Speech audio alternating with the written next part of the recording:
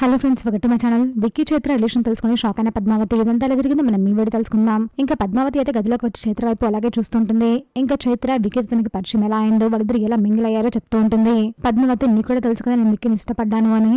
విక్కీ అంటే నాకు చాలా ఇష్టం పద్మావతి, విక్కీనే నా లైఫ్ అనుకున్నాను, తనతో నా జీవితం మొత్తం గడపాలి అనుకున్నాను అని చైత్ర చెప్తూ ఉంటుంది. విక్కీ లేకుండా నేను బ్రతకలేని పద్మావతి అని చైత్ర చెప్తూ ఉంటుంది. చైత్ర మాటలకు పద్మావతి షాకింగ్ గా అలాగే చూస్తూ ఉండిపోతుంది. అసలు వాళ్ళిద్దరు ఎలా కలిసారో చైత్ర చెప్తూ ఉంటుంది.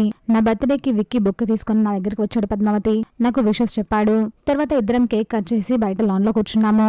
అయితే తన ముందు నా చైత్రాన్ని చూసి విక్కీ పద్మావతిలా ఊహించుకుంటాడు. ఇంకా చైత్ర విక్కీ ఎలా కలిసారో, వాళ్ళిద్దరు ఎలా మింగిల్ అయ్యారో, ఎలా ఉన్నారో ఇదంతా పద్మావతికి చెప్తూ ఉంటుంది చైత్ర. అదంతా విని పద్మావతి షాక్ అవుతుంది, బాధపడుతూ ఉంటుంది. భగవంతుడా ఏంటి నా జీవితం అని ఏడుస్తూ ఉంటుంది. నేను మిమ్మల్ని డిస్టర్బ్ చేయాలనుకోవట్లేదు పద్మావతి, నేను మీకు దూరంగా ఉండాలని అనుకుంటున్నాను. గుడ్ బై, మీ లైఫ్ మీరు హ్యాపీగా బతకండి అని చెప్పి చైత్ర అక్కడి నుంచి వెళ్ళిపోతూ ఉంటుంది. దీనికి పద్మావతి షాక్ అయిపోయి ఏం మాట్లాడుతున్నావు చైత్ర అని అడుగుతూ ఉంటుంది.